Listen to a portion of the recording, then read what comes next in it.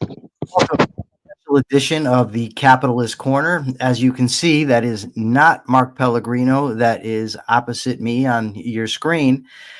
And there's a very good reason for that. I have made an offer to debate anybody who would like to make the case for being pro Donald Trump. Now, importantly, this is not to make the case that Donald Trump is the lesser of two evils, not to make the case that Kamala was so bad that we had to go for Trump.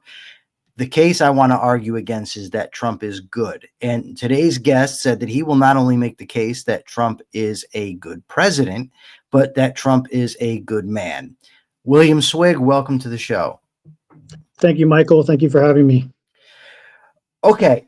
So before we can really get into it, I don't want to have an entire debate on ethics. I think that you and I'm pretty sure will agree, and most people will agree, that two criteria to judge whether somebody's a good person would be honesty and that they show respect for other people. Would you agree with that? I mean, are those baseline criteria that we could agree on? Honesty in terms of being truthful to what reality is in your own mind. But as you know, Ayn Rand wasn't for No, I'm not saying no, not deontological. No, honesty is a general thing that you ought not to deceive people in an attempt to gain values or to get them to act in a way that's conducive to something that you want. If it's not basically in self-defense, then it's a lie. That's what I mean. Yeah, I think we can stretch the definition of self-defense, though. But in general, I do agree. Honesty is the best practice. Okay. Also, you should have respect at some level for your opponents. Although I question whether you should have much respect for the left. Okay.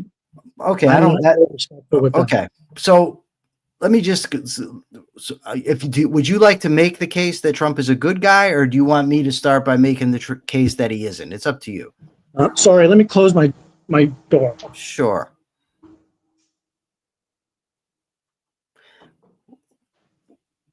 Well, as anyone can see in the comment section, why I don't engage with Scott Schiff, because while we here have agreed that we're going to debate one thing, Scott wants to make the debate about something else. So that's okay. Well, I can't see the chat, so I'm not going to address the chat, but I will begin with if you give me a couple minutes, I can make an argument for why Trump is a good president. No, I want to start with a good guy first, and then we can go to good president. Okay, well, my primary is a good president. In terms of being a good guy, just look at his track record over several decades.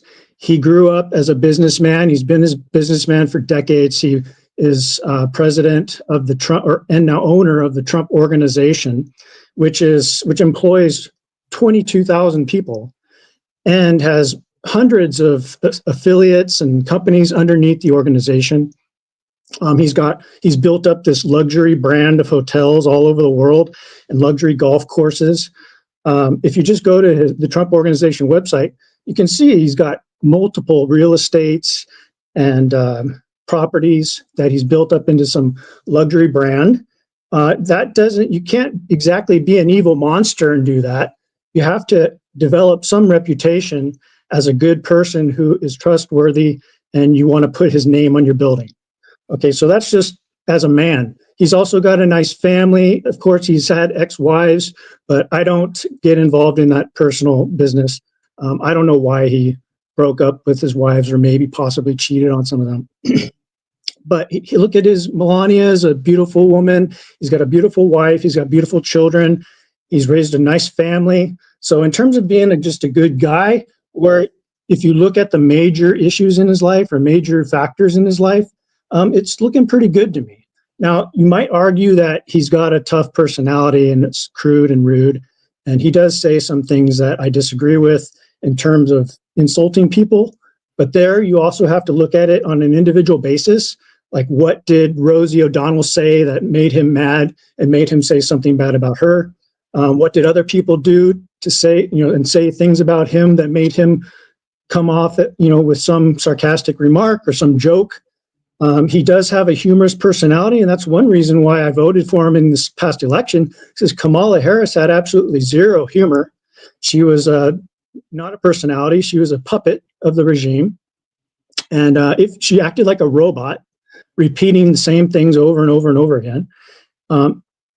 Trump goes out onto the road and does these rallies everywhere and can speak for hours off the cuff and relate to people and make them laugh. So if you're a comedian, you like to tell jokes, sometimes you stretch it too far, and you go over the line, right?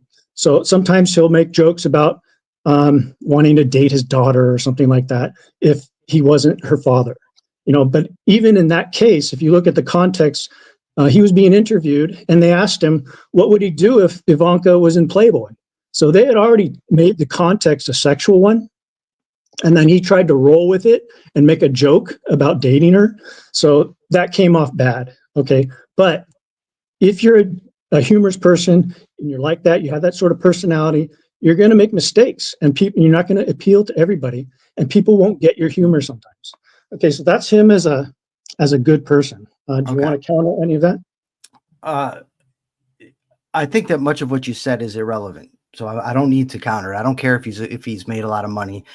Making a lot of money does not an ethical man make, and neither does being humorous. The bottom line is this. Let me just say, first of all, in his book, The Art of the Deal, he talks about how you can trust family beyond anything else, right?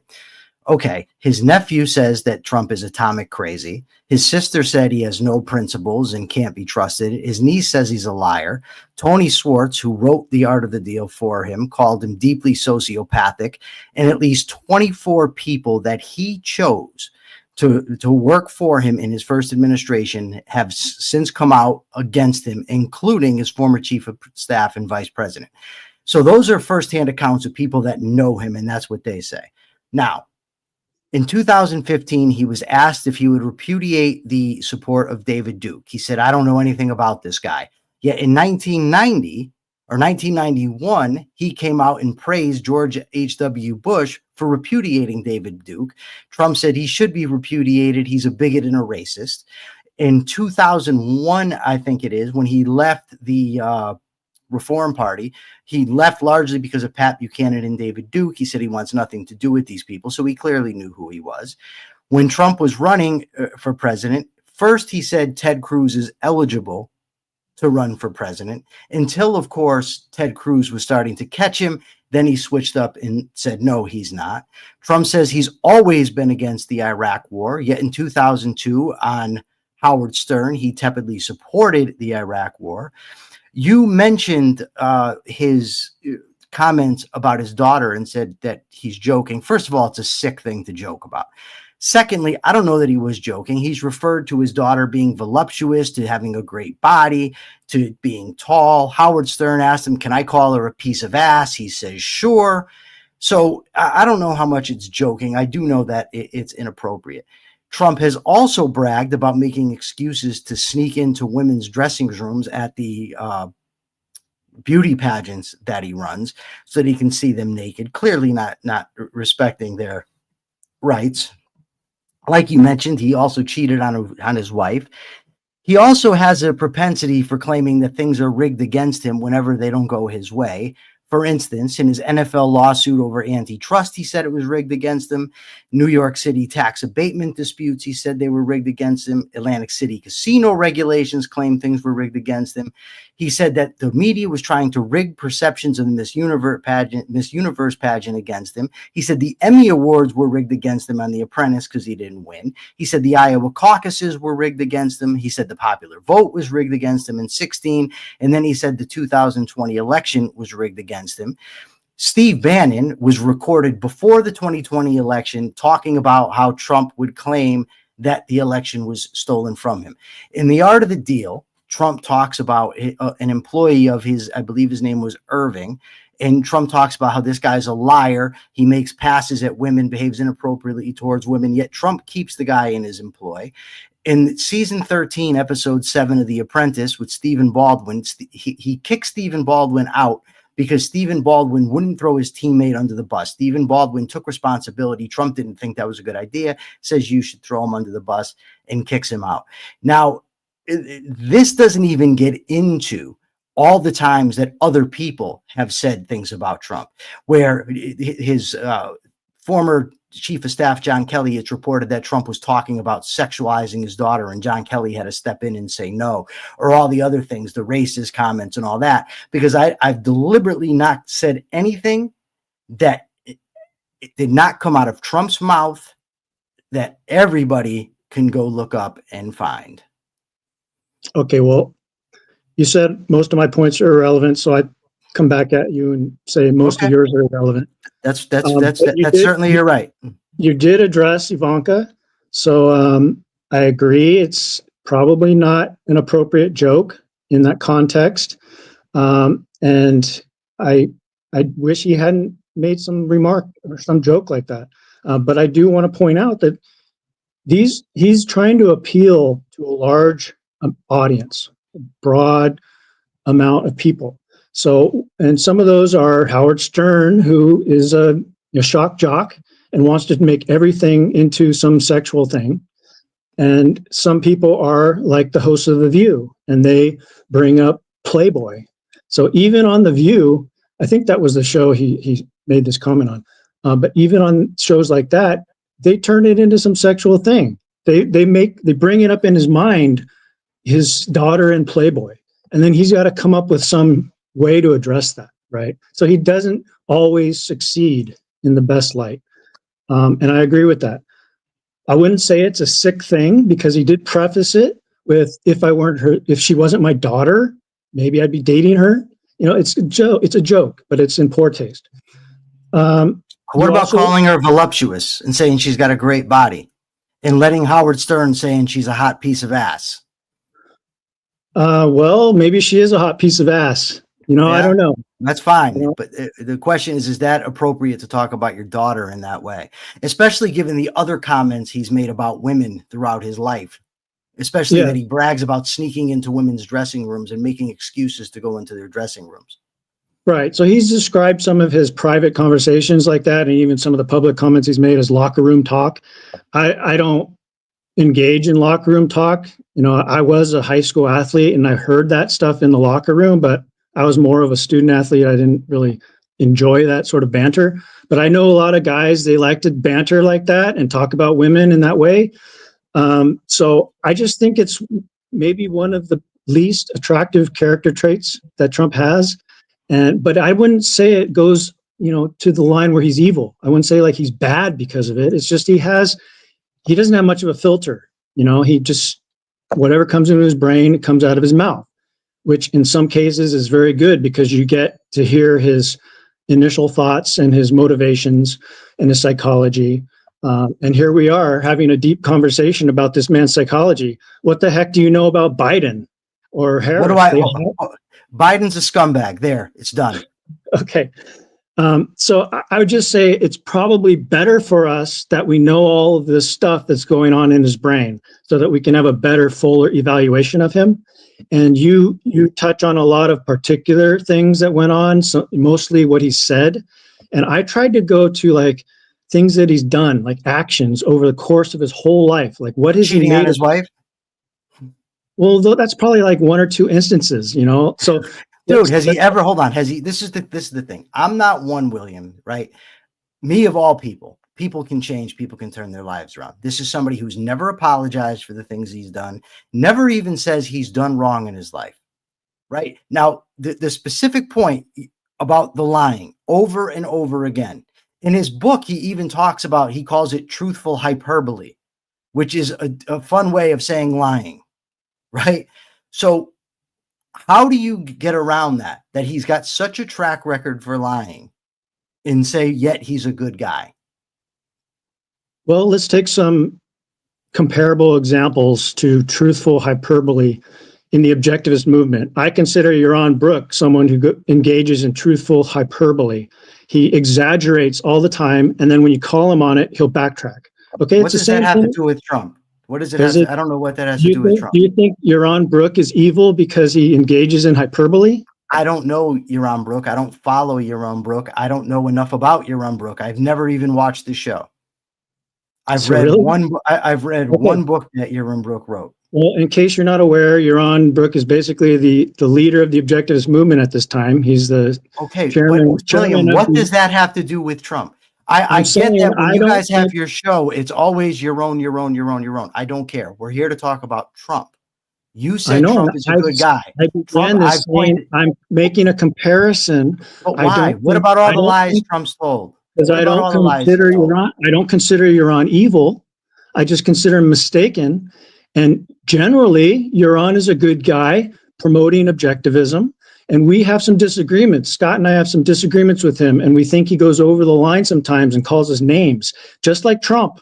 But we don't think he's evil. Okay, we don't think he's a bad person. When Trump lies to get elected, William, when he lies, he says he was opposed to the Iraq war since the beginning. It's a lie. When he says Ted Cruz is not eligible to be president when he previously said he was, it's a lie.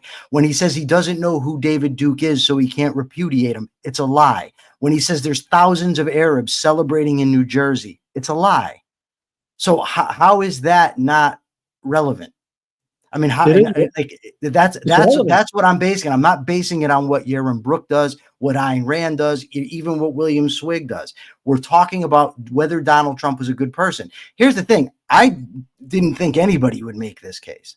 I wanted to stick to whether he's a good president, but you said I'm prepared to say he's a good man. Now, I've talked about where he's bragged about sneaking into dressing rooms.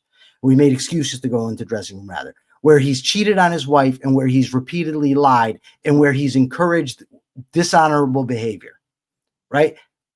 Okay, that's so you're saying he's a liar, and I'm saying you're picking out the minor cases where he's lying, but in most cases, in the majority of cases, he's telling the truth. He's actually doing stuff, and if you want me to start arguing for a good president, I can make that case as well. Well, we're going to get to that in a second. We will, I promise. That's going to be, I just want to say one last thing. Nobody I've ever met in my life, and I've known some serious liars. I've never met anybody that lies even the majority of the time. Right? I've never met anybody that lies even a majority of the time, and they're still liars.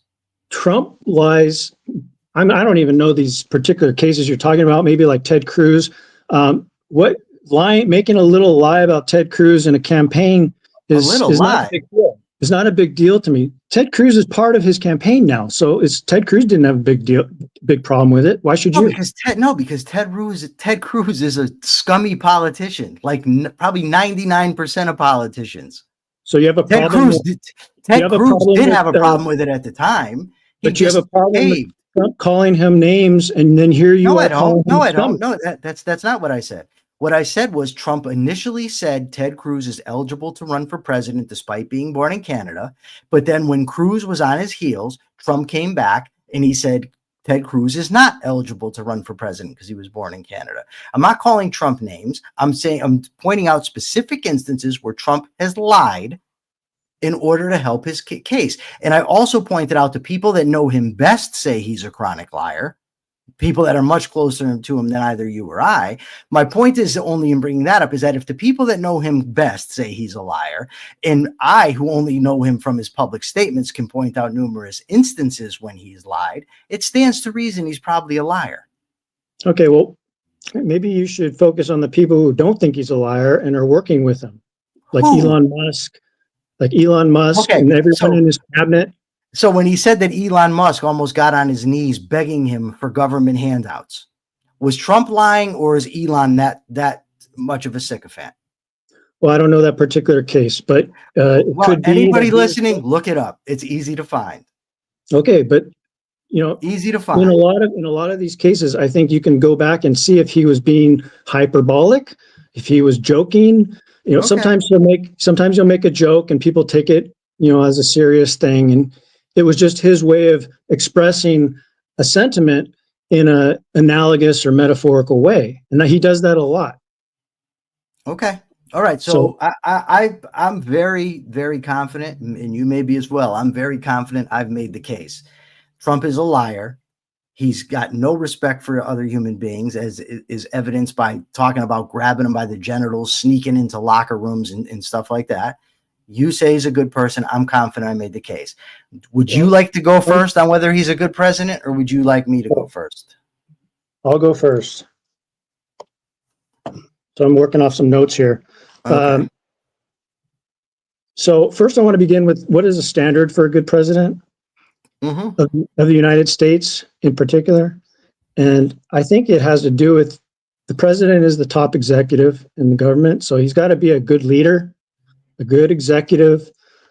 He's got to be able to motivate people, inspire people, things like that. He's also the commander in chief. So he's got to be able to have some sort of policy on when to go to war, when to have peace, when to bring the troops home.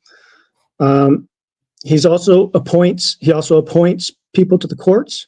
So you agree with me, I think, that he had Supreme Court nominees that were good. He made some good selections.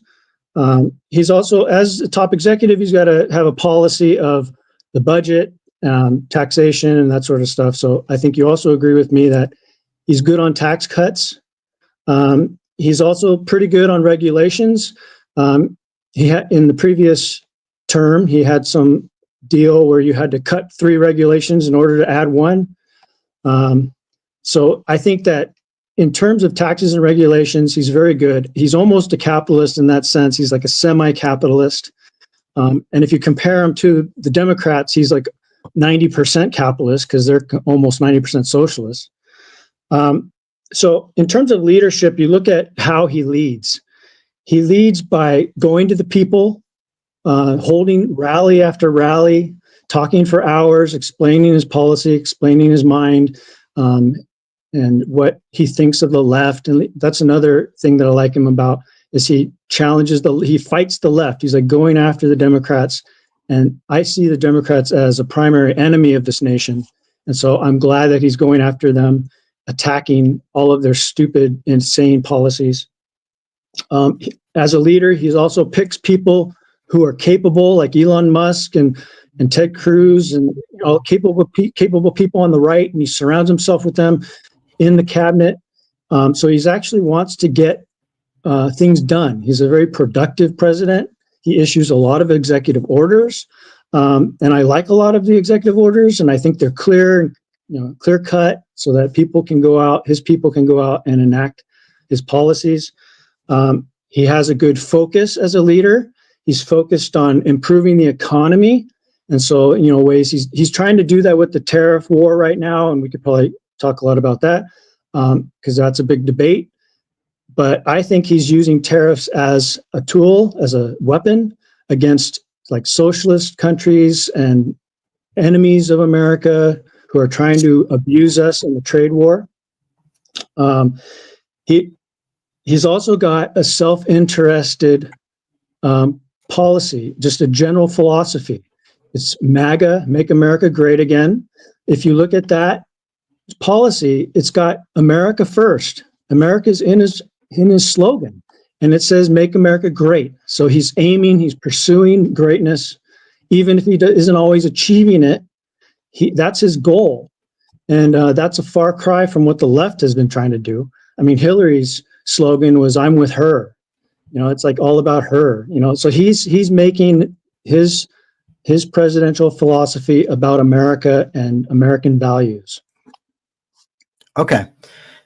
So he's said and done a lot of things. He's a well-known pragmatist. So sometimes it's difficult to know what the intent of his philosophy is, or the intent of his policies are. 2 things, however, that he has always supported, as long as he's been in public life, are tariffs. He's called himself Tariff Man.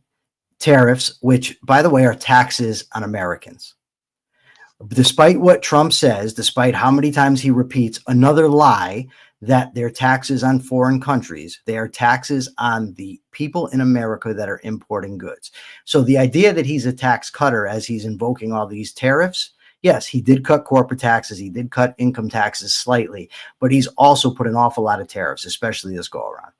So when it comes to eminent domain, he's been a big supporter of the Kelo decision out of New London, Connecticut, which allowed not only with what the Constitution allows, which I'm against anyway, taking private property for public use. But in Kelo, they took private property for private use, and Trump is for all that.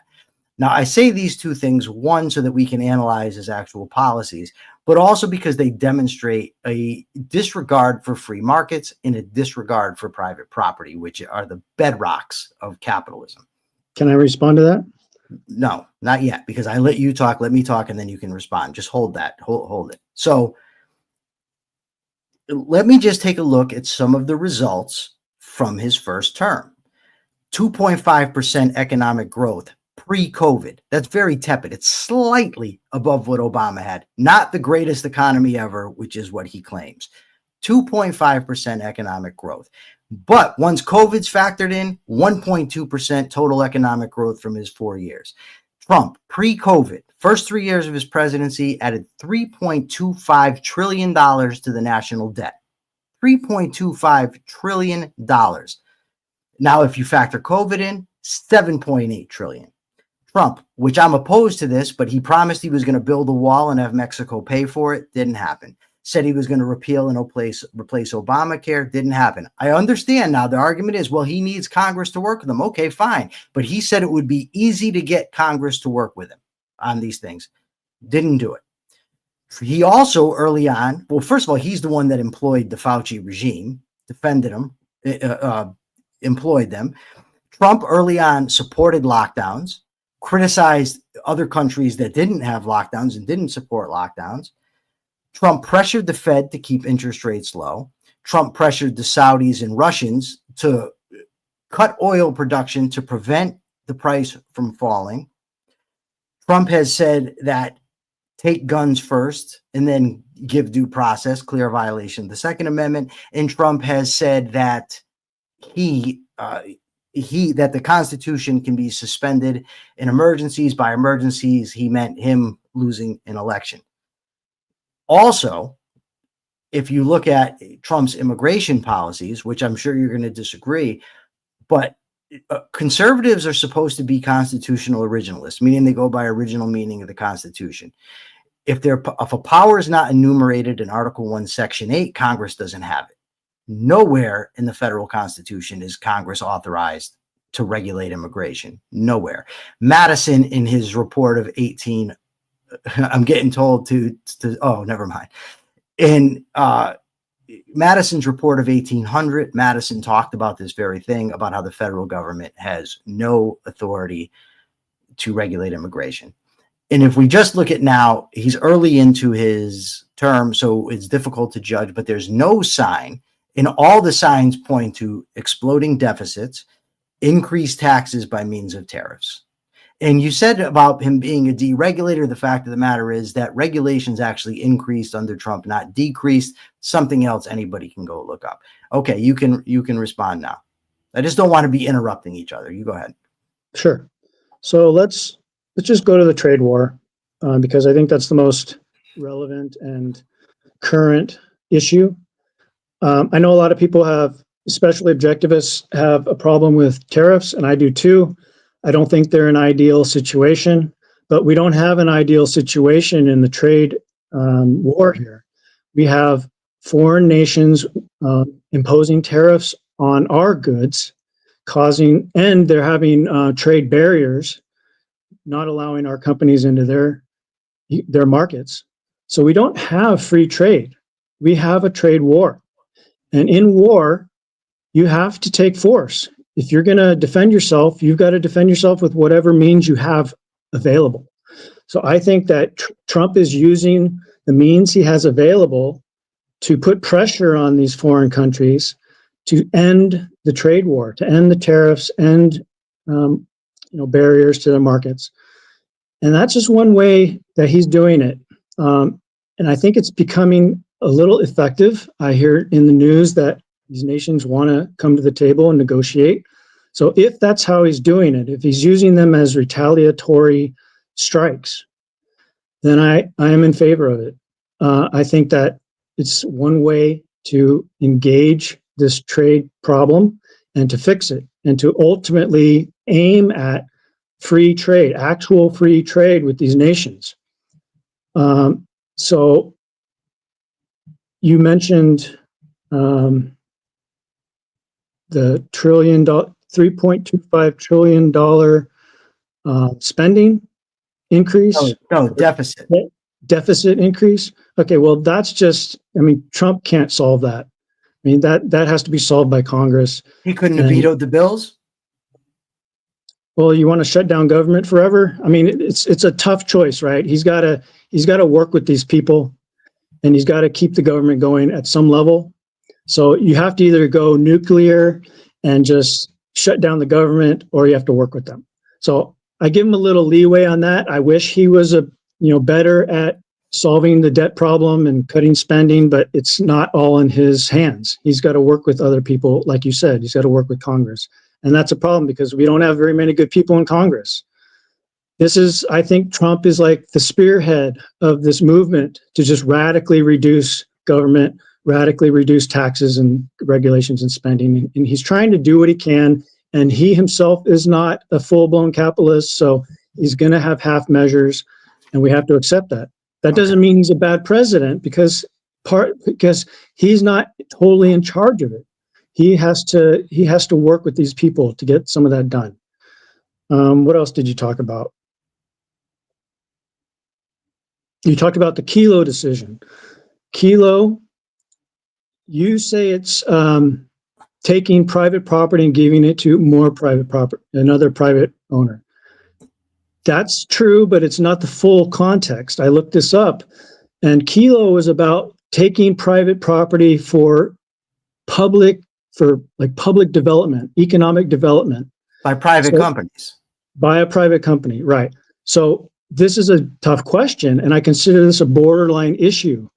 And it's something that economists debate, private property advocates debate.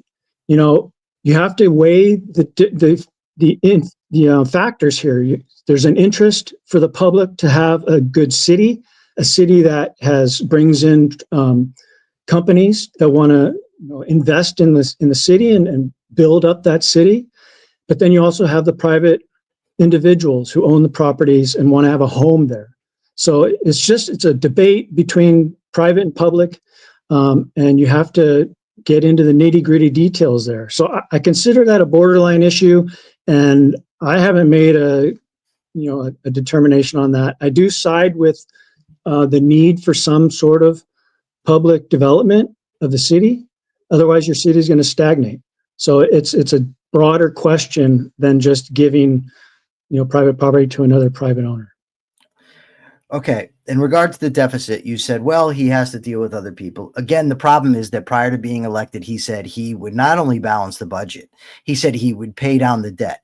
He said he was the ultimate deal maker and he could get Congress to do it. I had the same issue with Obama.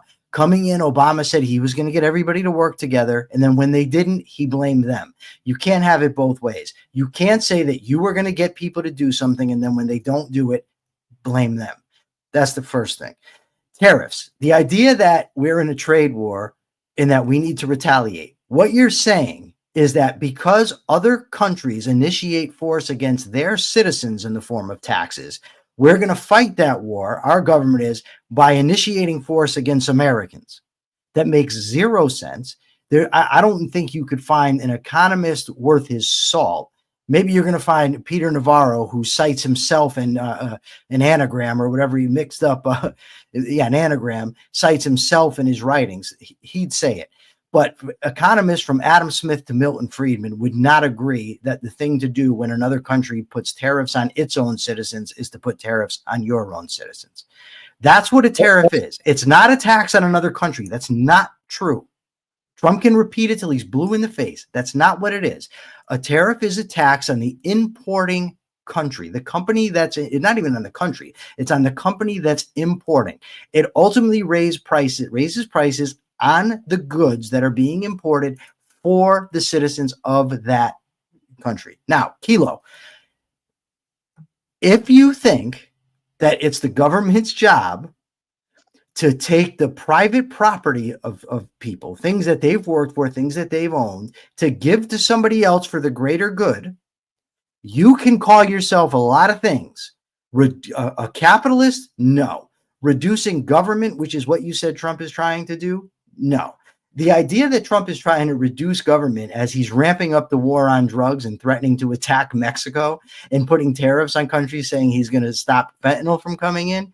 If you are increasing the war on drugs, you are not reducing government. He's militarized the southern border. Again, not reducing government. Radically increased tariffs, not reducing government.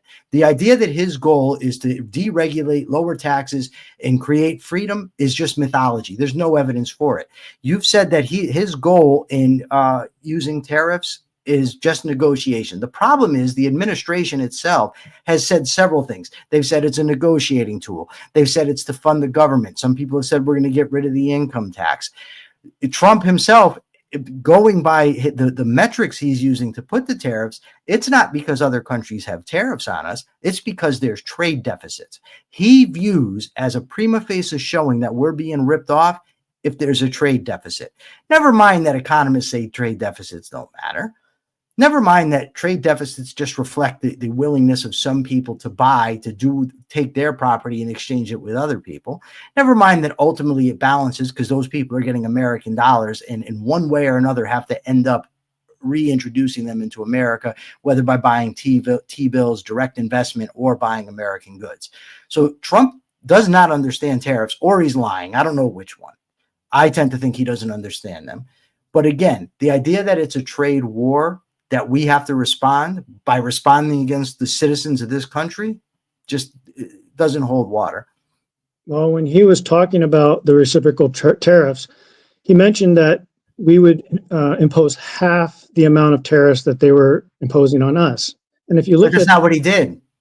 Yeah, I mean, well, there's some question about this, confusion. Like he says one thing, and if you look at some of the trade war, you'll notice we do have like half the tariffs that they impose against us.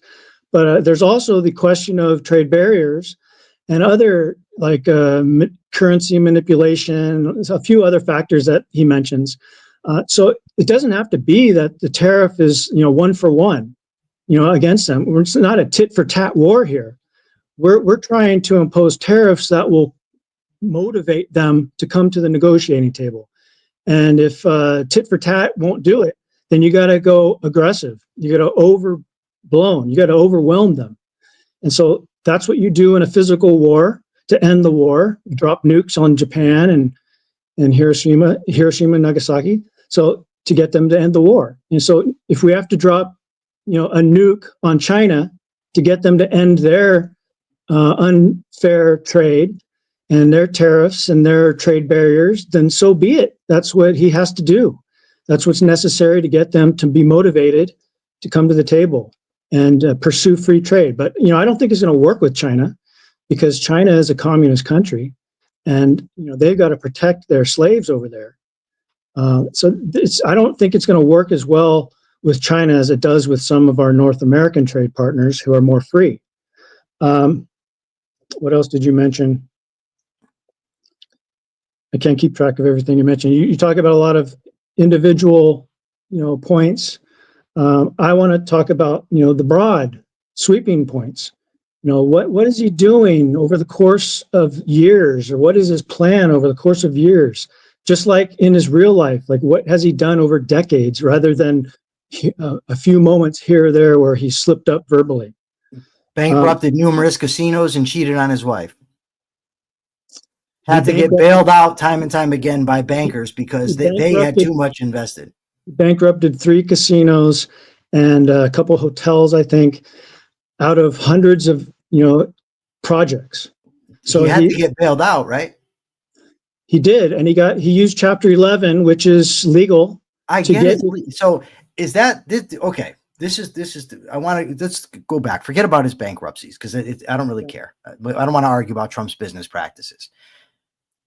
You're saying take the long game. Okay. In his first 4 years, he drove up the debt by over $7 trillion, right? Again, not entirely his fault. But doesn't okay? What then? How come when he says the economy is doing great, he takes all the credit, even when it's not doing great? Well, then he's arrogant and boisterous. He says a lot of things. Okay, he lies. Takes credit. He lies. He'd call it hyperbole, but yes. He can call it whatever he wants. I could piss on your leg and tell you it's raining. Doesn't mean it is. I mean, come on, dude. But these are basically open lies. A lot of the time it's exaggerating. Open lies? It's exaggerating. Hold on. And that's a defense? No, it's exaggerating. You're just taking it at face value half the time. Like I want you, William, make the case. Make the case for his long term, the grand plan. That's what I want to hear. That's what I interrupted. I apologize. You said you wanted to make the case for his grand plan. Go ahead. Yeah. So his slogan is "Make America Great Again."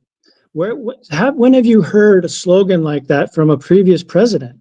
Ronald Reagan. Okay, yeah. So since Ronald Reagan, we haven't had a president like this. Okay, that's telling you something. Now that's a long-term view, long-term perspective. It's a focus on America, what America is, and how it's going to become good, how it's going to improve. He's about improving things. Now that's a struggle. It takes a lot of thought, a lot of effort, a lot of surrounding yourself with good people and forming good policies to achieve something like that. America's the greatest nation in history. So he's got to lead it to an even greater point. And that's going to take monumental effort. Now, I pointed out a few things he's done to do that. But one thing I don't think I mentioned is the border. So we probably will butt heads on immigration. But I believe in a secure border. I believe in border control. I think we should have a more lax immigration policy and allow more people in, but they should come through ports. No, we should not tolerate violations of our border, because we need to know who's coming into the country, just for simple basic reasons, like whether they are carrying diseases or whether they're criminals. Why are they coming to our country? We need to know at least that motivation. And you can't really have that if you allow massive illegal border crossings. And that's not his policy, William. Well, his policy is to build a wall on the border. His policy is not to have more lenient immigration standards to let more people come in. That's not what he wants to do. Well, hasn't he been for? He's been for the work visas, right? He's not totally against him. First of all, he's inconsistent. That's the first thing. For instance, he called Romney mean on immigration when Romney was running. So it's not an easy thing to gauge, because he flips and he flops. But even such, like I said before, he has no authority. The gold card Scott's talking about, where people can buy their way in. But as I said, if you could tell me where in the United States Constitution it grants Trump or Congress authority to regulate immigration, I'm all ears. Okay, well, that's a point of law that I'm not fully. But it's relevant, isn't it? It is relevant, but it seems like they have some authority. They're there. There's ICE, there's border control. The feds are all over the border. So I don't know. You can't, at this point, you can't really argue that it's unconstitutional. It should have been taken up in the courts. So let's have it duke it out in the courts if you think it's a problem. Do you think the courts always rule correctly? No, but I think in general, that's irrelevant. So it's irrelevant. That's my point. It's irrelevant to just arbitrarily say the feds don't have a role on the border. No, it's not, William. It's not arbitrary. I'm telling you that you can look at the federal Constitution and read it. You can go back to the Constitutional Convention debates. You can look at Madison's report of 1800, the father of the Constitution, and see what he said. It's not an arbitrary thing. You can actually investigate these things. Well, if it's not arbitrary, some great lawyer should have already gone to court. They have, but when they wanted to keep the Chinese out of the country through the Chinese Exclusion Act, the Supreme Court invented a criteria, much as they did with Roe v. Wade, which the conservatives love to point out how they were wrong about that, but they were wrong also in granting the federal government. What they said was, no, it's not there, but it has to be. In essence, that's what they said. They basically granted the federal government authority over immigration because the court determined that the federal government should have it. Okay, I don't know the details with this, but obviously the federal government has assumed control of the border. Well, that's true. That's the case. And so Trump is doing what he can within those parameters to seal up our nation and keep us a nation so that we don't have just a non-border we're basically Mexico or Canada or whoever wants to come into our country. You know, it's a free border. You can just cross however you want. So he's Doesn't he want to make Canada part of America, though? Wouldn't that open the northern border entirely? If Canada was a state, wouldn't that then be an open border? Well, that would be the 51st state, and it wouldn't be a What difference would it make? They would be the same people that are in Canada that would then be able to freely come anywhere they wanted. Then they would be under the jurisdiction of America. Yeah, but it would be the same people. You wouldn't have to get tested for diseases. You wouldn't have to get tested to see you were a criminal. You wouldn't have to get searched. You could just come right through. Yeah. But if they're so dangerous, then why would we want to do that? Why would we want to allow for that? Well, I don't particularly think Canada is dangerous. I think so when Trump says that, he's lying then. No, I don't say he's lying. I just might disagree. He claims all the fentanyl is coming through. Okay, well, you just think he's wrong. No, you're right. You're right. I'm sorry.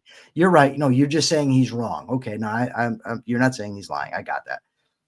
I got that. Okay. Yeah, I don't know if he's lying about that particular case. No, you can't know. Okay. The tariffs, the idea, you referenced the slogan a couple times, "Make America Great Again." This to me is reminiscent of the slogan "Black Lives Matter," right? Because no rational moral person would sit there and say Black lives don't matter. So then they say, so you don't support Black Lives Matter? No, I don't, because I understand Black Lives Matter entails more than a slogan. It's a Marxist organization, and that's why I oppose it, right? Make America Great Again is a slogan. The question is, do the policies that Trump advocates or the policies that he institutes, the things he does, actually make America great again? Do these tariffs make America great again? Does his immigration policies make America great again? Does the fact that he's talking about deporting American citizens make America great again? Does the fact that he helped to run up the debt by $7 trillion help make America great again? Did his support for lockdowns and employing Fauci, did that make America great again? Does the division that he stokes make America great again? Does claiming that election was stolen for him, as he planned to do before the election, make America great again? Does saying that the Constitution can be suspended make America great again? I don't care what his slogan is. I care what he actually does. Okay, well, first of all, he didn't say you could suspend the Constitution. He said he said he did. No, he said you can suspend significant portions of the Constitution. If you can suspend portions of the Constitution, you can suspend the Constitution.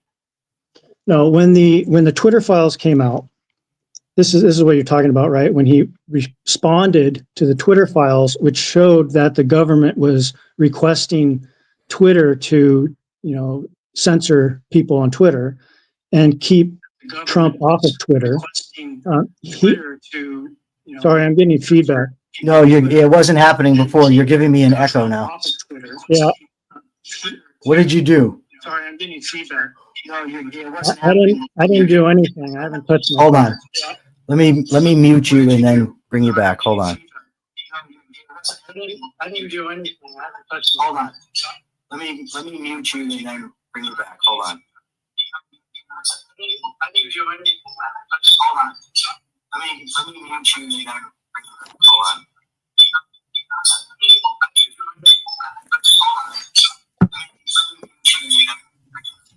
on.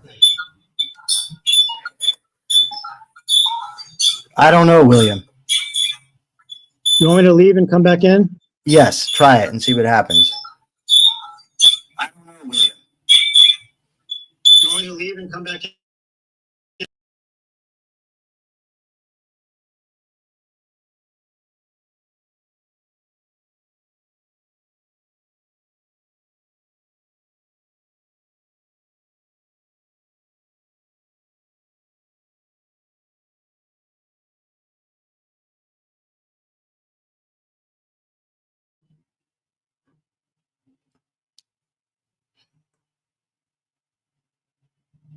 Well, if it was on my side, it would still be happening, Scott. It's not happening any longer. Well, if it was on my side, it would still be happening, Scott. And now it happened when William came back on. If it was on my side, it would still be happening, Scott. And now it happened when William came back. Yeah. Unfortunately, we've got a severe hiccup here, William, and I don't know why.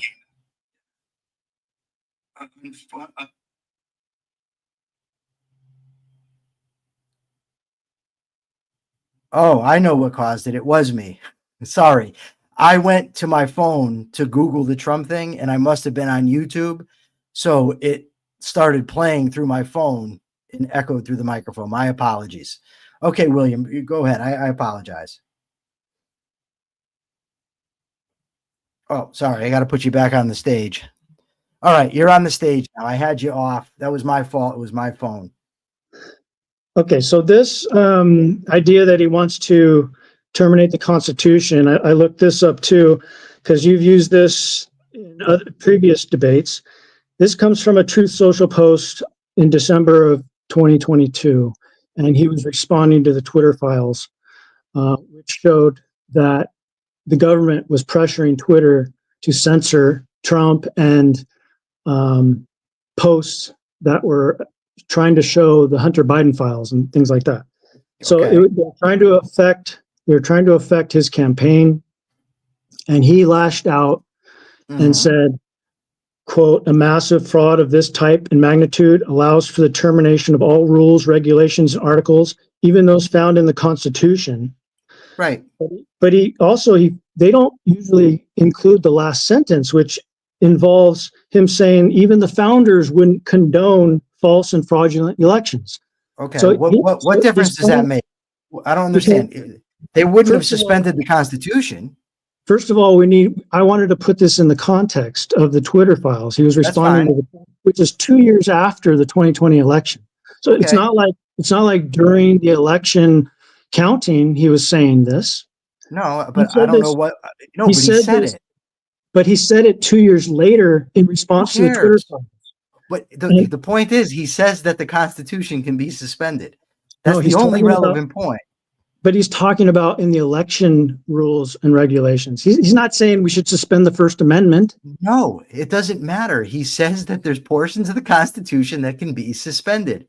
Okay, I think that the Constitution has bad clauses in it. And I think some of it should be taken to the courts, and you need to overturn it.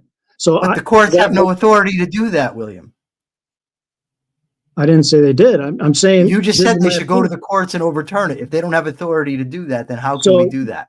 Are you saying the president has the authority to overturn the Constitution? No, I'm saying none of them do. What's the issue here? He has an opinion.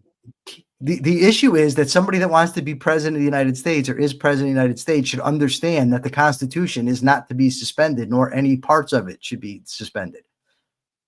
Well, it can.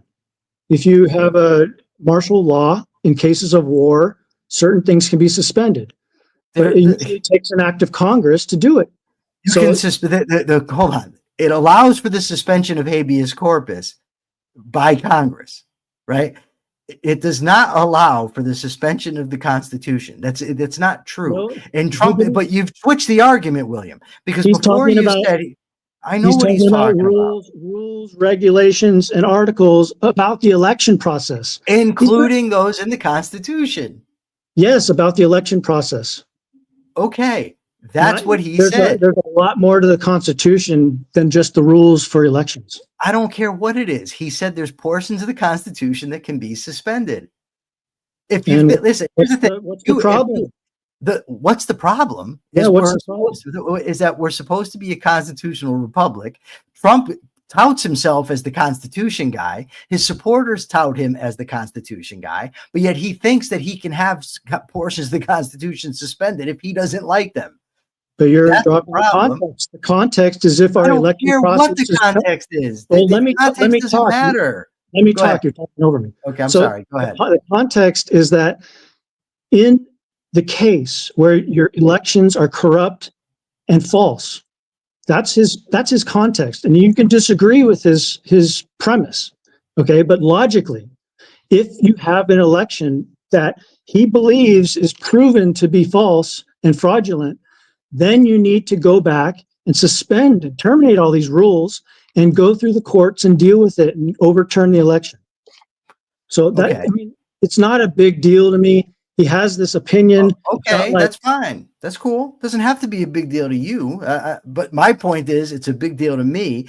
And I think it should be a big deal to anyone that's concerned with the Constitution. Yes, Lincoln suspended habeas corpus. And yes, Lincoln was wrong, Scott. Okay, William, we are just about out of time. Do you have, if you want to say something, go ahead. I'll go over a little if you have some. I don't want to cut you off. Go ahead. Well, I think I had one more thing to say about MAGA. So you're saying it's just a slogan. And I think you're trying to argue that, you have to look at what he actually does to see if it's actually in the interests of America and whether it actually makes America great. Yes. I'll argue that one problem that he's facing is that we've had decades of this leftist assault on America, socialist, woke assault. And this is like the greatest assault we've seen in recent memory against America. I mean, they call America, evil. And we have Americans calling America evil and trying to say we're a racist, inherently racist country. And you hear all this stuff and you hear the man can be a woman. This utter nonsense coming from the left. And this is one thing that Trump is challenging.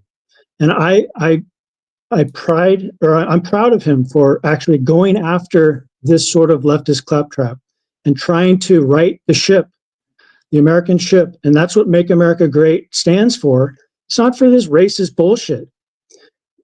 Make America Great is basically trying to reverse all of the negative things that have gone on since we've had people like Biden in power. And it's about turning the tide and correcting things. And since we're basically in a cultural war with the left, who's been ingrained in our establishment for decades, and even objectivists recognize that they've ruined education. Trump has gone after the Department of Education. He's doing great things to try to reverse this trend. And that's a major focus of his. And I think going after the left, going after this socialist crap is one of his greatest strengths. And it's the long-term game he's playing. He's trying to reestablish American values of objectivity, just in terms of the transgender debate, women's sports for women only, things like this. And he's rejecting the DEI nonsense, the political correctness nonsense. He's trying to improve our culture and send it in the right direction. And I guess I'll just end there. Okay, it sounds to me that you like Trump for what he fights against more than what he fights for. I think that the way you combat bad philosophy is with good philosophy, not with Donald Trump's brand of insult the enemy, break them down, embrace Christianity, and embrace the right-wing religious ethic as you're trying to combat those things. Trump also, by the way, wants to prevent private companies from instituting DEI, another assault on property rights. If a private company wants to run itself that way, that's their business. If they're getting federal subsidies, I'm for it. Let's not do what Trump's doing now, where he wants to defund colleges that are doing what he doesn't like. Defund all the colleges. Be principled about it. Okay, William, you could tell people where they can find you before we take off. I'm on Facebook, William Swig or Mr. Swig. I also have a podcast with Scott Schiff called Ayn Rand Fan Club. You can find us on YouTube. All right. Thank you very much. And I'm Michael Liebowitz. I'm the host of The Rational Egoist. I'm also the co-host with Mark Pellegrino here every day at this time for the Capitalist Corner. And I'm the vice chairman of the American Capitalist Party. Thank you very much, everybody, for joining us. And thank you, William. And have a good day. Thank you.